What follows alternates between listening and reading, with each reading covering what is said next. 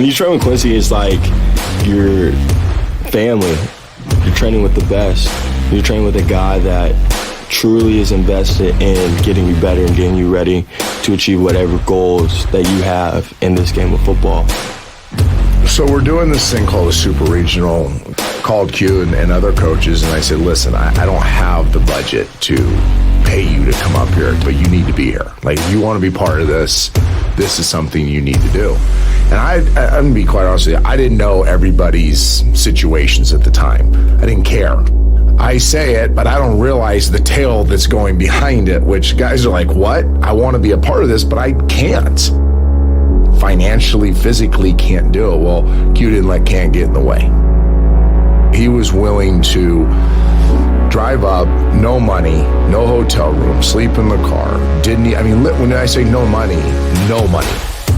Wasn't sure how to pay for gas. He kind of trusted that this was something that he had to make massive sacrifices to be a part of.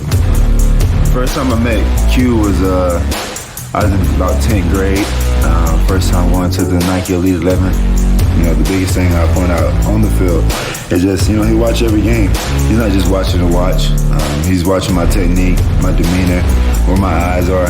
Just little things like that other people don't really realize. Even, honestly, my, coaches back at, on the team don't even really point out to me. I knew Quincy was really smart. I knew with this mental aptitude, Quincy could do whatever he wanted to do. To me, he's just a stronger version of what I was and who I was. The difference between me and everybody else is how much I care. And I don't just care about you as a football player. I care about you as a person. Football is just a thing. It's fleeting. You only have to your senior year to get the scholarship. You only have 4 years after that to get to the NFL. I don't know when the NFL guy's career is going to end. It doesn't matter. It's going to end. Them as a person is far more important. Me as a mentor, me as a big brother, that's more important to me.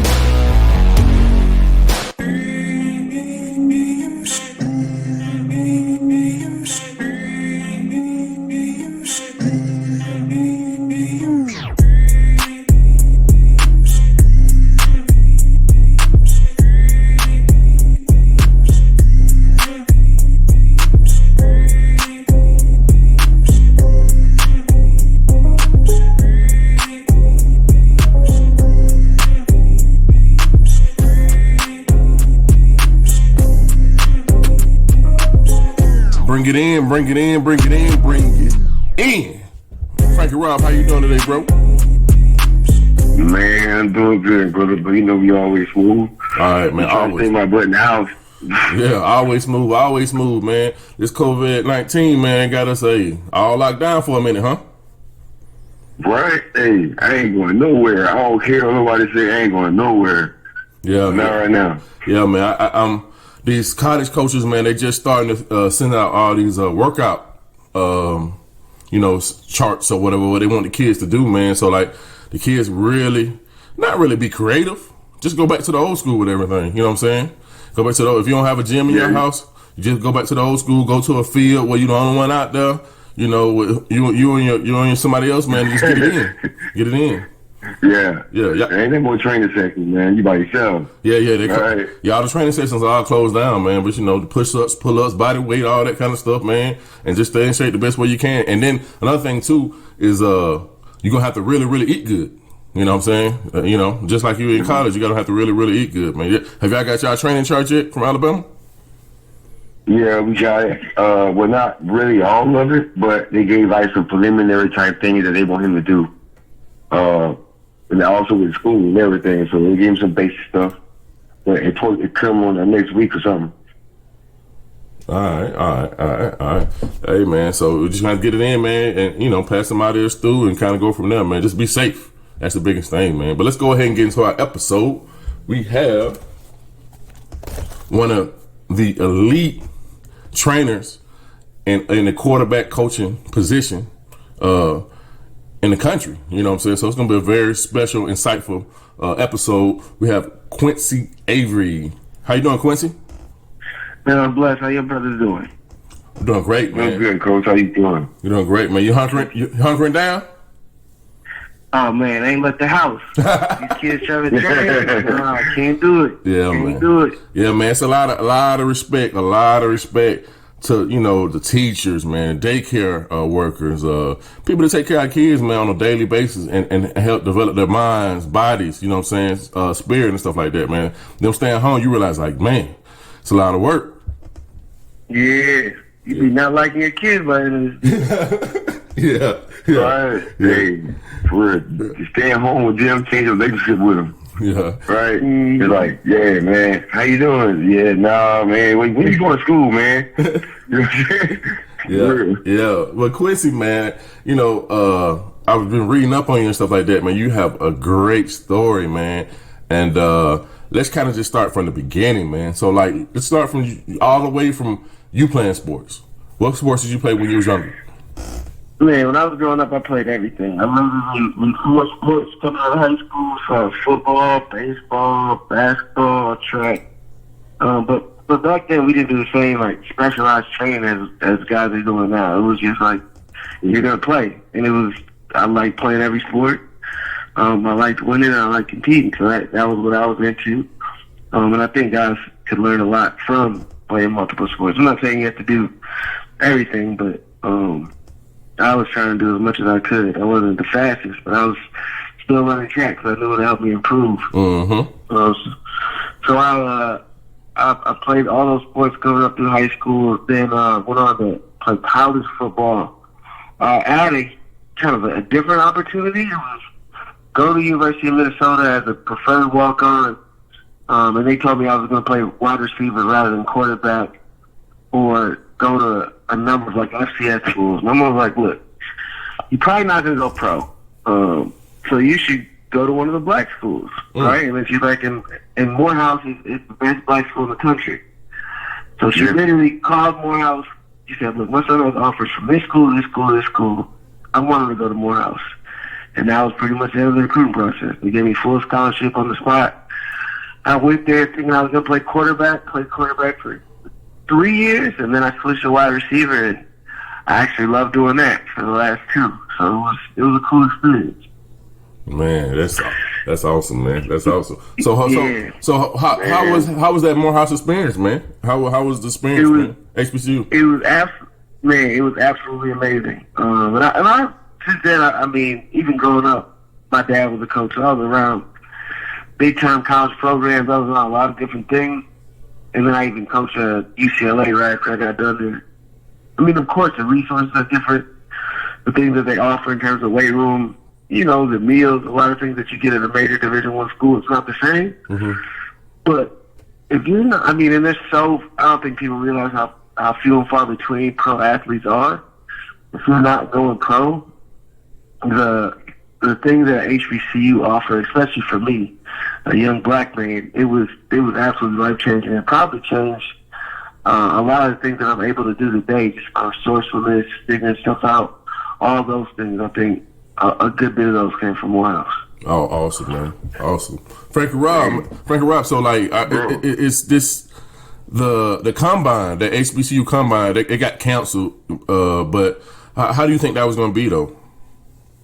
Man, I think, honestly, Randy, listen to stories like the man we got on right now, plus also, knowing like how it wasn't like everybody, most of the time you hear a story like, yeah, everything's going bad, but then I made the pros, I paid 4 years, I paid 3 years, right? So I kind of like the people like actually like knowing exactly what was going to go on, or I don't know how to say it, brother. It's kind of like he already said that, basically that I'm not going to make it to the pro, so I got to make the best out of any situation that I got. That's astounding to me that, sometimes people never really, get that mindset and don't take advantage of opportunities. But, man, take advantage of opportunity he get, man. Coach Avery, man, he really, did his thing for real. You know what I'm saying? Like, great story. But when it comes to the combine deal, I kind of felt like it would have been a good thing for HBCUs because, honestly, truthfully, I kind of wanted my son to either do LSU or HBCU, honestly, you know what I'm saying? Mm-hmm. But, it is what it is, Well, Quincy, what you think about that HBCU combine? How you think it's going to be? I was a little leery of it, but I saw that how limited of a number that they were asking to come out. So I think there might have been something to it. The less amount of guys, I think the more serious that they were taking it. They only invite like 40 or so guys. So it was guys who had a legit opportunity. Anytime we get a chance for that many scouts to see us, we get the chance to open some eyes. Yeah. But the crazy thing about it is that everybody thinks that, everybody that goes to the combine, I think it's like 300 or something like that. Like everybody that goes to the combine gets drafted or stuff like that. That's not necessarily true. That's not necessarily true. Nah, those not at all. That's not necessarily true. I forgot the numbers on it, but like that's not necessarily true. So like you just still got to grind and just keep working. If that's your dream or whatever. But after college, so where did you go? So after college, I did not have a position at that point, so I just packed up my car. UCLA got a new coach, so I just packed up my car and I drove to UCLA. I did not have a job there. I just went. I'm like, this is gonna work out. So I sat on the couch. I know a lot of people might not have been to a major college program, but usually in the office there's a couch or something like onboard area before you go to the office. I was there every day before the coach got there. So first day he walked in, what are you doing here? I told him I want a job. He's like, hey man, it's not. This is a major college program. Came out that office that day, I was still there. Came in the office the next day, I was on the couch. He left, I was there. So he did that. The third day, when he was walking out, he's like, yo, why are you still here? I'm like, no, I really want a job. He's like, all right, if you're here tomorrow, when I get here, we can talk. So, of course, the next morning, I was there when he walked in. He told me, hold on, I'll talk to you in a little bit. At about 12 o'clock, he called me in there. He happened to know some people my dad knew, coaches like that, and he was like, all right, I'll give you a chance, but I'm not going to pay you. So I lived between the coach's office couch, the locker room, and my car for the next 2 years. Next year and a half, working out of there. I was working nonstop. As one of those younger coaches, you end up working about 110, 115 hours a week, at least during the season. I know it sounds crazy, but you're in the office every day by 4:15, and you're rarely leaving before midnight. A lot of times you're there after that. So they just don't care about your sleep schedule. You just kind of push through it. I did that, and then started getting paid a year after that, but it wasn't enough to get an apartment. So I still slept in the car, slept in the couch. And then I started seeing, I was doing all the quarterback recruiting deals too. We didn't have a big recruiting department, so we watched all the film. So as I'm watching the film, I'm seeing quarterbacks do the same thing wrong over and over again. And then I'm looking at the landscape of quarterback coaches. I'm like, man, I don't see or know anybody in the Atlanta area. Thinking about to move back home. Now it's interesting because I was just about to get the official GA spot. The official GA spot in college coaching is pretty coveted. Guys are always trying to get that position because it's basically a launch board into being a full-time coach. Like you go from there, you pretty much set up. If anybody's reached athletes or anything like that, their job, you're gonna go with them.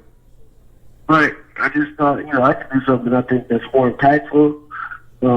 I could create some new, different opportunities for myself. So I just said, nah, I'm straight. Drove to Atlanta. Didn't have any clients when I got there. So that was a tricky part after the college football was moving to Atlanta and not having any clients. So I had a little bit of money, not enough to get an apartment. So what I did was I got a gym membership, and I lived out of my car for the next year and a half. And all I would do was get up in the morning, I would go work out, then I would go to Starbucks, and I would send off messages to people who looked like they played quarterback on Facebook. So I would look through every single team, whether it was middle school, elementary, high school, whatever that was. I would look for quarterbacks or someone who looked like a quarterback. I sent thousands of messages. The one kid I finally got to respond, I was offering train kits for free. I realized that did work. And I created this elite camp. Unfortunately, I couldn't run a field, so I convinced somebody to give me their indoor at like 5 a.m. Of course, this elite camp, none of the quarterbacks came, and one of the guys, Josh Dobbs, sent me a message that he couldn't come, and he wanted to work out, and then my career kind of took off from there. What's the name of the quarterback, the first quarterback? Josh Dobbs. He went on to play at Tennessee. He's currently the quarterback for the Jacksonville Jaguars. So he's still playing. So my first client ever actually made to the NFL. That is crazy, man. That is crazy. Mm-hmm. So we got to rewind back. What made you pick UCLA? Because is that somebody who knew your dad or? Nah, I chose it because it's just a new program. I mean, not a new program, but a new coach. New Haskell just got there. I figured he didn't have his own staff.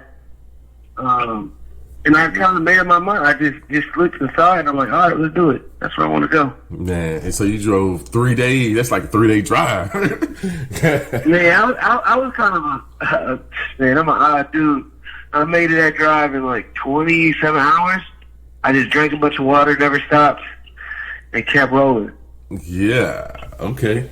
You and so how you know the dude wasn't gonna call the police on you? Man, he could have. I'd have been all right with that. That determination. That's crazy determination, man. It really is. Yeah, crazy determination. But I didn't think about it though. But everything you have in this facility, that's everything you need, really. Because you got they got food, they got showers. You know what I'm saying? They got computers. So like, I really didn't think about it. So year and a half. So you really didn't have much time for social time, huh? Man, it wasn't no social time. I'll tell you that. That's crazy. That's really a determined. He was really determined, man. So let's talk about your academy, man. So after Josh Jacobs, like what did it kind of go from there? Yeah.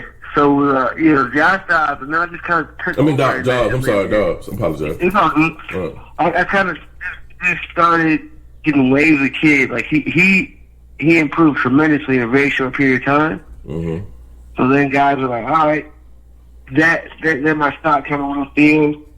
Then Trent Dover called me from Elite 11. Josh made it to Elite 11. He's like, yo, it's one of the best trained kids I've seen. I would like to do some interview. Came, got on that staff.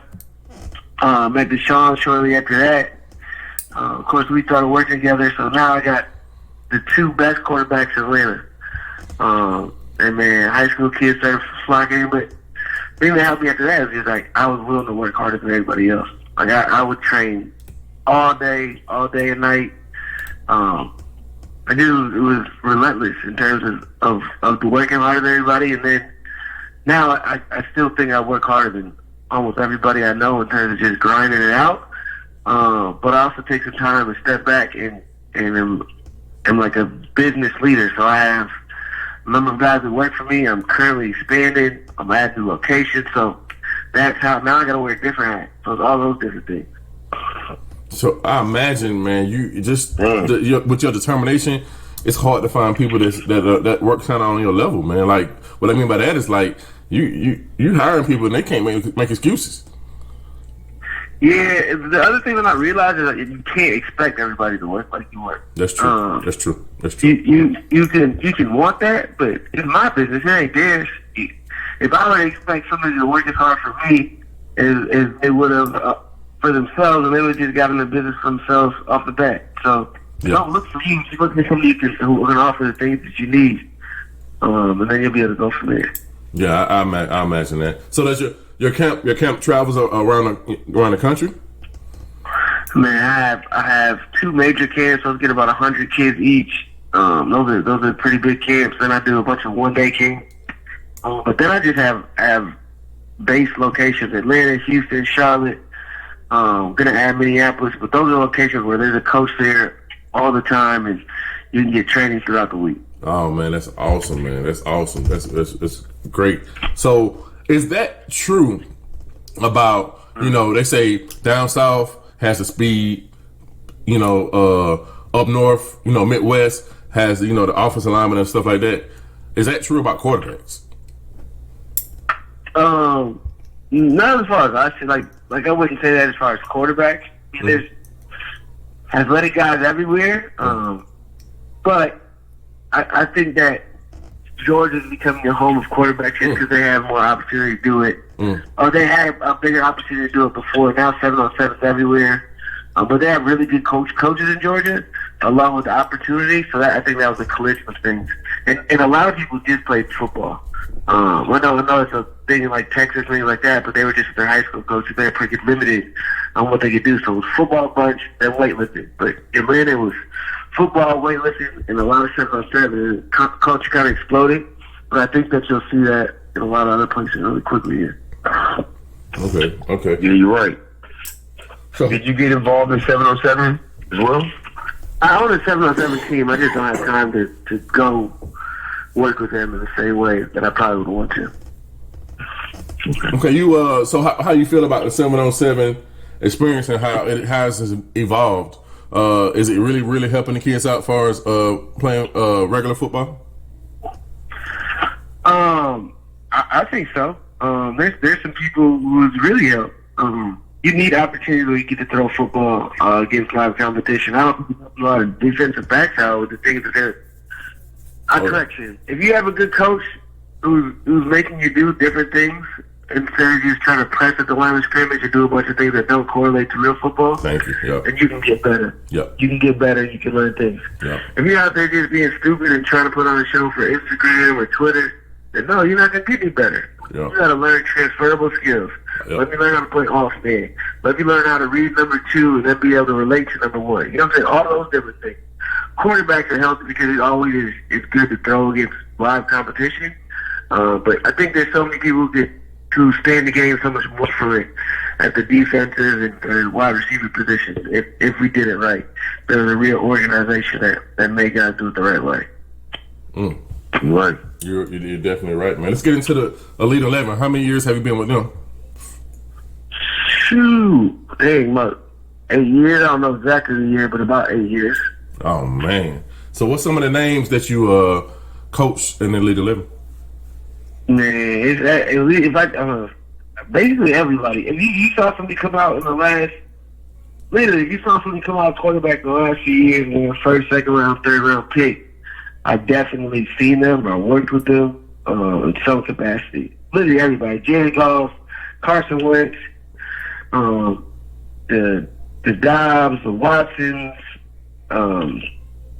Seriously, it's a never-ending list. Kyler Murray's. That's crazy. I wish I could think of all the names, but it never stops. The Sean Kaisers, Drew Locks, Josh Rosen, Sam Darnold. It's a list. So can you, since you've been doing this for a long time, can you train somebody, work them out, and 90% guess that they're going to be a star? Or is that too hard to do? Nah, what I could do is if I'm training you, I'll be pretty aware pretty early if you have the talent to play like college football and then work from there. Yeah. Cause it's not just about talent. Talent is a thing. It's not the most important thing. It's way more important who you are as a person. Like your grit, your ability to respond to adversity, ability to go through tough things and still be strong. Like those are the things that are different. Yeah. That's what determines how good you're gonna be. Yeah.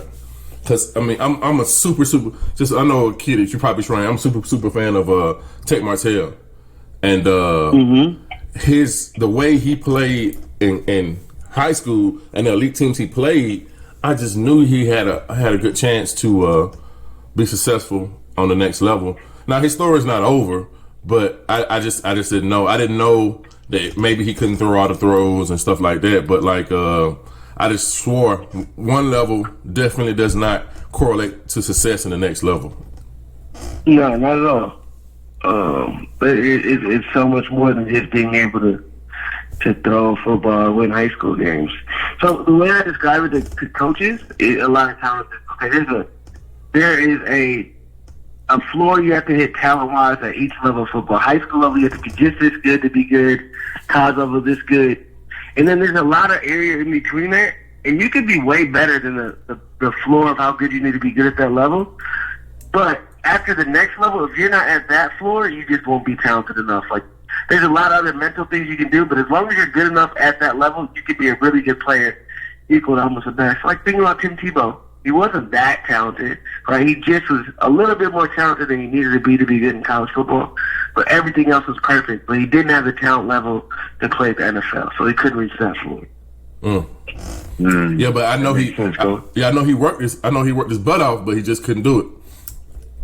Right. He wasn't absent of the work ethic or any of the other stuff. He just physically wasn't talented enough. That's crazy. So when people say like can throw all the throws, what exactly do they mean? I mean, can they throw a trajectory? That means a big touch ball that gets up and down, a high arcing football. Can they throw a ball that gets up and down over a guy quick? Like, let's say there's a safety there and a linebacker in front of him. Can they throw a ball that gets over a linebacker and in front of the safety? Can they throw piercing throws? There's nobody in between them. Drive it. Can they change their arm angles to make different throws between the two defenders? Can they move and throw the ball at the same time? Can they throw off-platform throws? Those are the things that you want to see somebody do before you consider them make all the throws. Oh, awesome. Because I just amazed me how, websites like 247, Rivals, and stuff like that, how they, ESPN too, how they rank all these kids, man. So like, the huddle is very, very important, but like to be able to rank, 300 kids to say this kid is better than that kid, especially evaluating the talent that they're playing against too, it sounds like it's very, very hard. Do you do any rankings yourself? Nah, I don't do the rankings. It's like saying that this ice cream is better than other ice cream. Like, I mean, they're both good. It just depends on what you're in the mood for that day. I put like almost zero stock into those rankings. Sure, I'll group them like, all right, this is the best 10, 15. That matters a little bit, but trying to look at overall rankings, I don't think that's that helpful for people. Yeah. But Coach, you say you don't think it's helpful? I don't think that you get that much information looking at somebody who's ranked number 6 compared to number 11, right? Like, who that doesn't mean a lot to me. They're probably really close to the same player. I need to know them to be able to rank them in that way. Yeah, but the colleges, they use them. So we tell kids, it will make your recruiting a little bit easier if you can get on those lists. But 100%. Colleges use them because they're lazy. Yeah. And it changes their salary, right? You recruit the 5-star for whatever that is, right, in your salary, then that changes how you get bumped. So you end up, college coaches also recruit harder for, if you go to a team staff meeting and you have somebody in your area, you want to be the guy who recruited the most people to your team. So even if there's someone who might be able to help the team out more, it's going to be a different area, and they recruit them, they're not going to go as hard for them. Like, college coaches get selfish and they care about things that are really more important than just winning football games. Oh, yeah. Definitely. Wow. So, out of all of these quarterbacks that you train, have you found anybody that work as hard as you? I mean, I only relate with guys who work hard. Okay. So I don't really tell people, like, I don't want to work with you anymore. Like, you can't work in a program. That happens a good bit of time. Work as hard as me, the things I got to do is different than the things that everybody else has to do. So I don't want to. They work hard in their own way. Okay. And do some of these quarterbacks like work with you like once they get into the NFL and stuff like that also? Train with you? Yeah, I still work with all my NFL guys all the time. Oh man. If we weren't suffering from coronavirus right now, if Deshaun's in town, Josh is in town, Tyrod Taylor's in town, Cam Newton's in town, we'd all be training together if it wasn't for what we got going on right now. That is awesome. So, do you do any motivational speeches anywhere? Nah, I don't. Nah. That's not my vibe right now. Are you still grinding? If I could, yeah, I'm trying to make something else shake. When I get this all together, I would love to step into it. Yeah, because it's like a story, man. I'm telling you, man. A lot of kids need to hear this, man, and no excuses, man. Because a lot of people, in our, especially in our inner cities, they have what they feel is an excuse. And life can be an excuse sometimes, but like a lot of our younger kids and parents feel like they have an excuse. I don't have the money. I don't have this. I don't have that.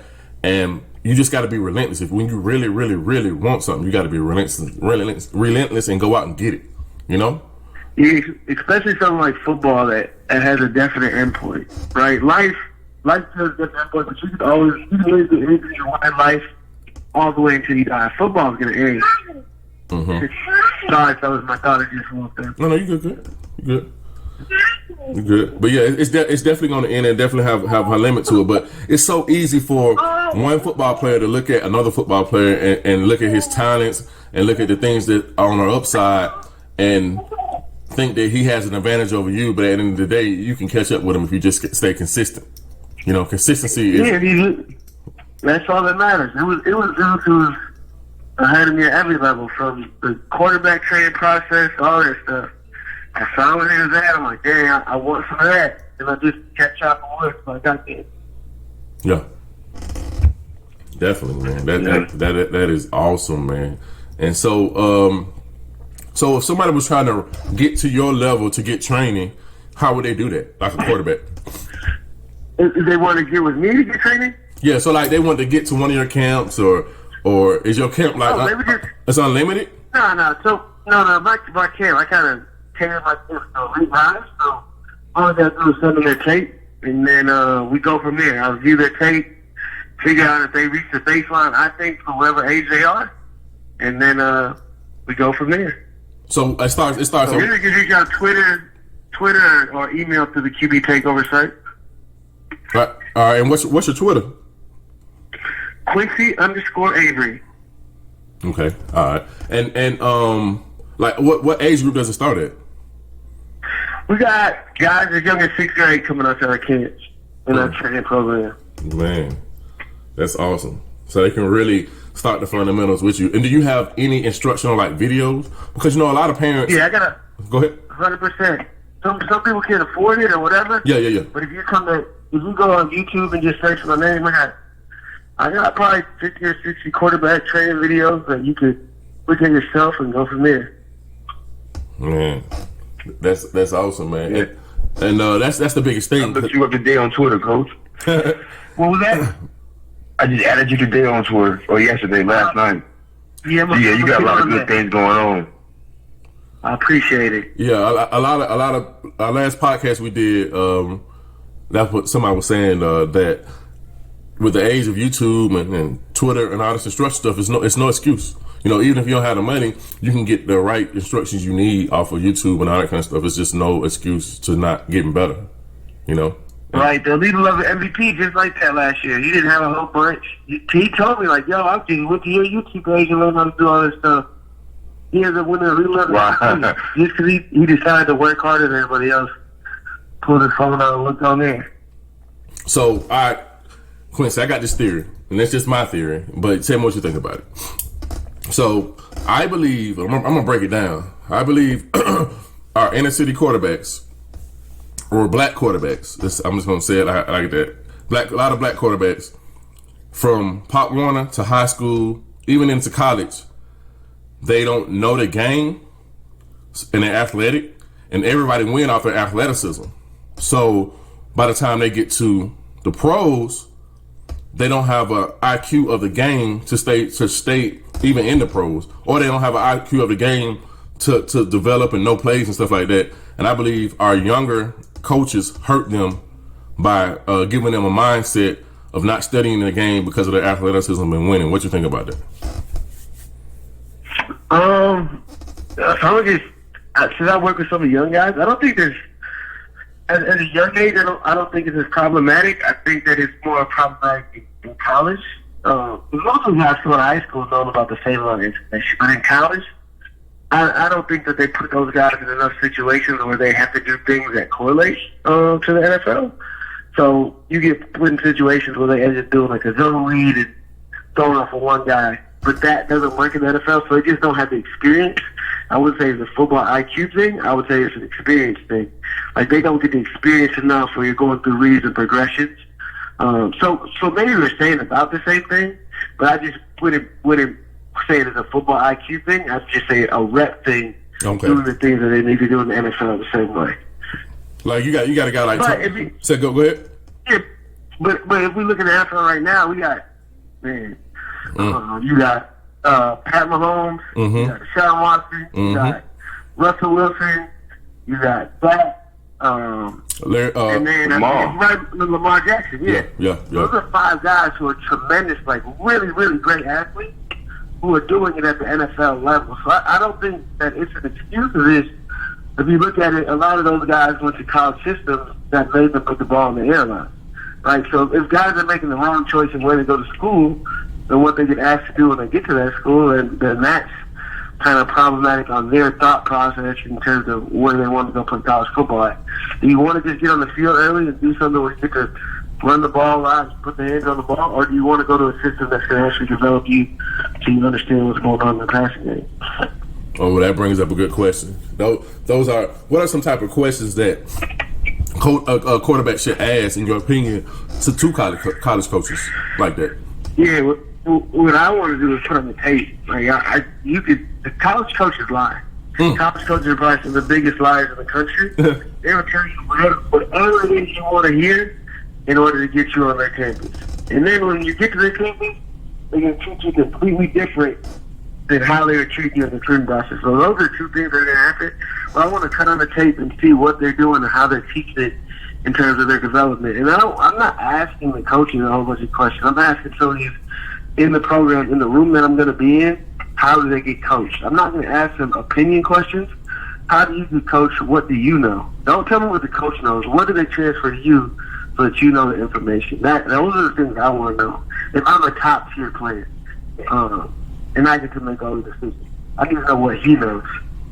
And it's crazy, like every draft you get a guy that's from nowhere that everybody's looking at. I always wonder, is that because of the coaching or just because that's just a good player at a certain thing? But I mean, how would you feel about that? Are there just certain quarterbacks, coaches that are just legit like that?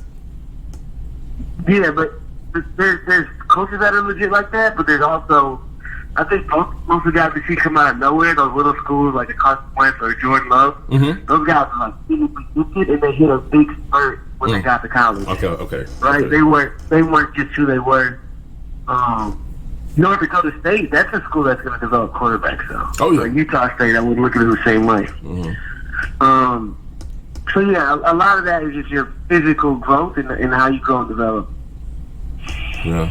North Dakota State it was kind of interesting. They played Oregon first game of the season, but they played Ohio State, my son's team, the second game of the season. So that's like my biggest upset for the first week of this upcoming season is the North Dakota State against Oregon, or a tough game, toughest game. I just really feel like that's going to be really, really tough. I didn't know why you would schedule both of those games back to back, but it's going to be big for them. Yeah, North Dakota State got a really good quarterback too. Right now they do. For real? He had the chance to play like first. Yeah, Clay Aubrey. I just was looking at the film the other day. He's a tremendous athlete. I just don't know why they don't move up. Why they just don't move to, they're that good. You know what I'm saying? So it's kind of crazy. I think it's hard to sustain it with 85 scholarships rather than 65. Like you can play those big teams once or twice a year and be okay, but just the level of attrition that you get, it's harder to get that many good guys that go to North Dakota. You can get 30 or 40, but after you get a couple injuries, that's when they would be in trouble. No, yeah, the depth. You're right about that. You're definitely right about that. So, do you have like a rapport with NFL teams and stuff like that? If I have a guy on your team, I usually end up at least speaking with your staff because I want everybody to know exactly what we're doing. So usually it's a pretty working relationship, depending on where it is. It's weird. It's more hit and miss in colleges than NFL teams. Okay. NFL teams know that their guys are going to get work in somewhere, so they just want to be informed. Colleges, they're different. So how what are the percentages of a quarterback just making it to the NFL period? Because I was talking with Frankie Robb last night, and he was saying how Coach Saban says a lot of kids just get a chance to go to the NFL. As long as you could go to a decent school, you get an opportunity to try out, at least for the NFL. My thing is, it's way, way smaller in the college. In quarterback rankings. Like how many quarterbacks actually go to the NFL, like in a year's recruiting class or class or whatever? You get about 8 to 11 drafted every year, right? So you get about 11 drafted, and then they'll probably pick up another 15 for camp. So what's that, about 20 something, 25 quarterbacks? throughout college, get the opportunity to go to camp or play in the NFL and maybe become a varsity quarterback or a practice squad guy. That is that's crazy. Man, give some ugly numbers. So like, you really got to pick the right college situation. You really got to pick the right college situation. Like, 100%. like that can just ruin you. Yeah, it'll dramatically change your life. So Wow. also on like measurables. Like, what are some measurables? Give our That Is Ball podcast a little bit of insight on measurables of a elite quarterback. You want your hand size, which is how your hand is measured from the pinky to the thumb.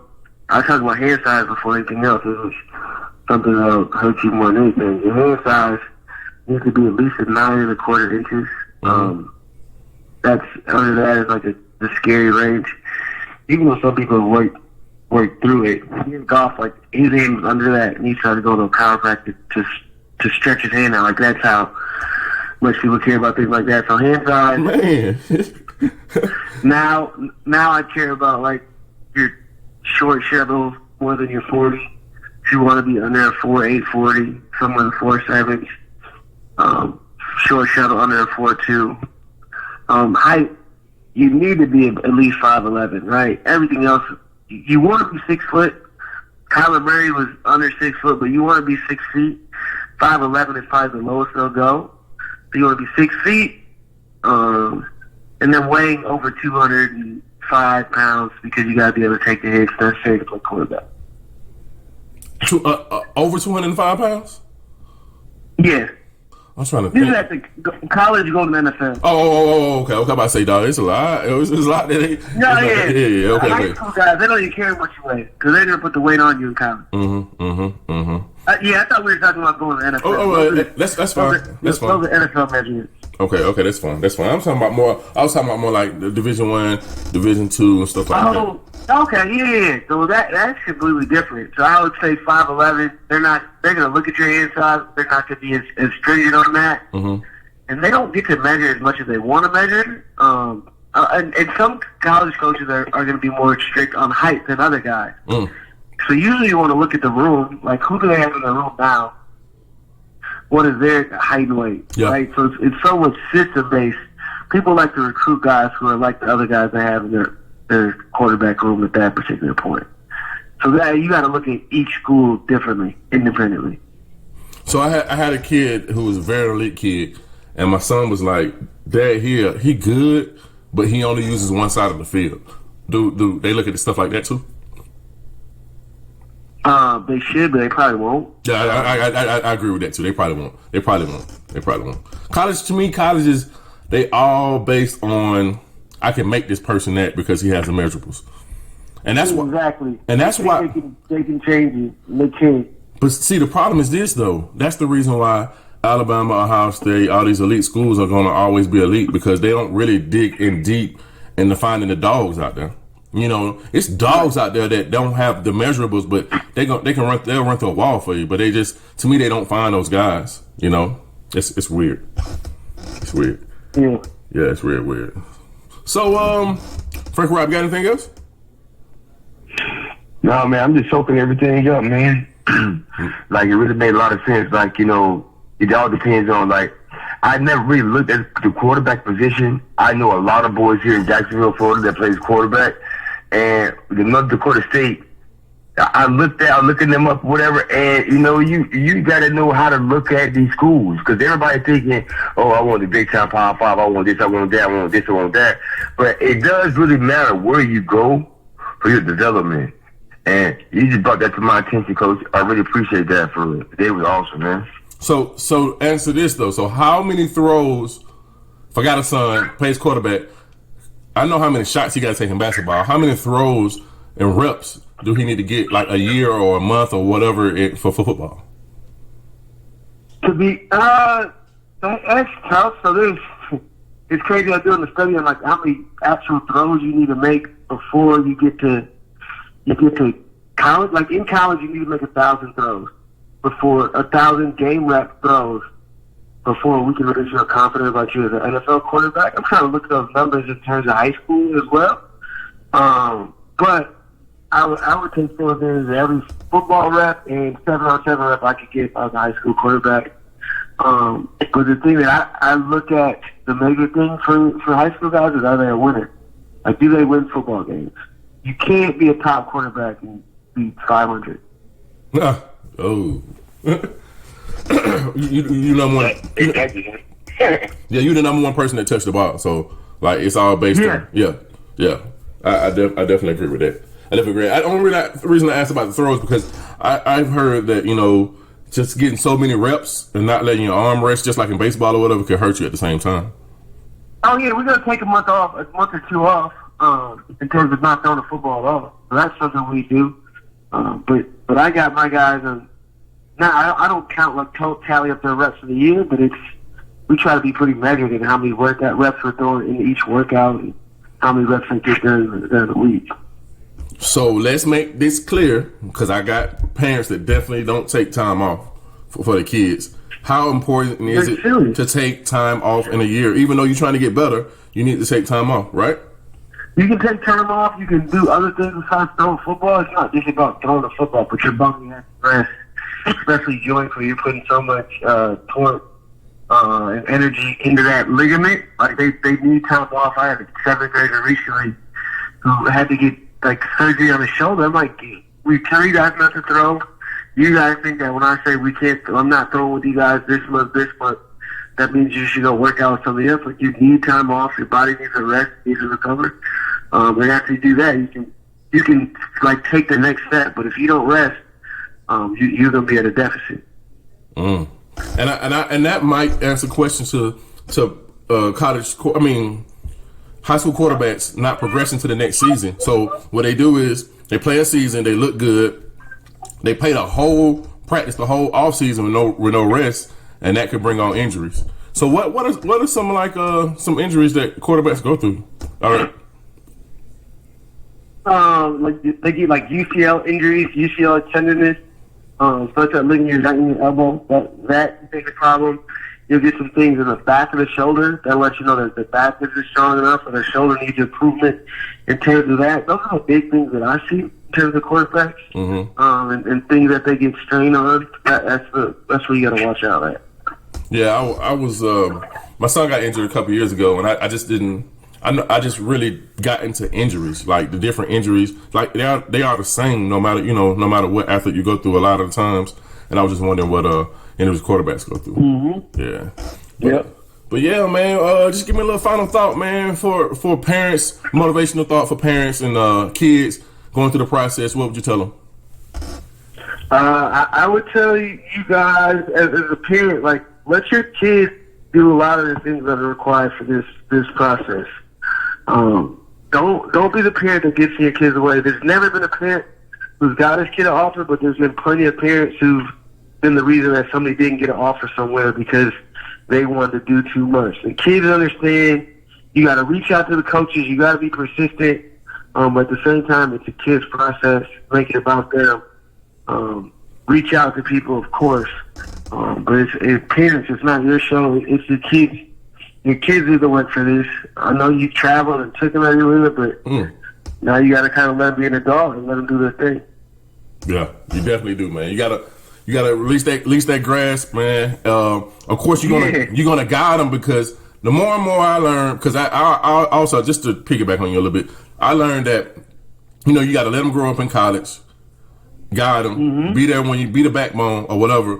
Then as they transfers from college to the NFL, you got to step up a little bit more, because it's a lot of what you call it, man? God, I forgot the word. But it's a lot of people pinching at them, trying to get them get their money or make them make this decision or whatever. So you do want to be that voice more going into the NFL, and then you want to release again. But it's the transition from college to the NFL is really hard. So like a lot of times parents do have to step in and help out then though. But you're right though. You're right. You're very right. Yeah, another epic, podcast. Somebody giving good information out at the quarterback position as a football player, period. So, as always, we want everybody out there to stay smooth, and we thank Coach Avery for coming through today.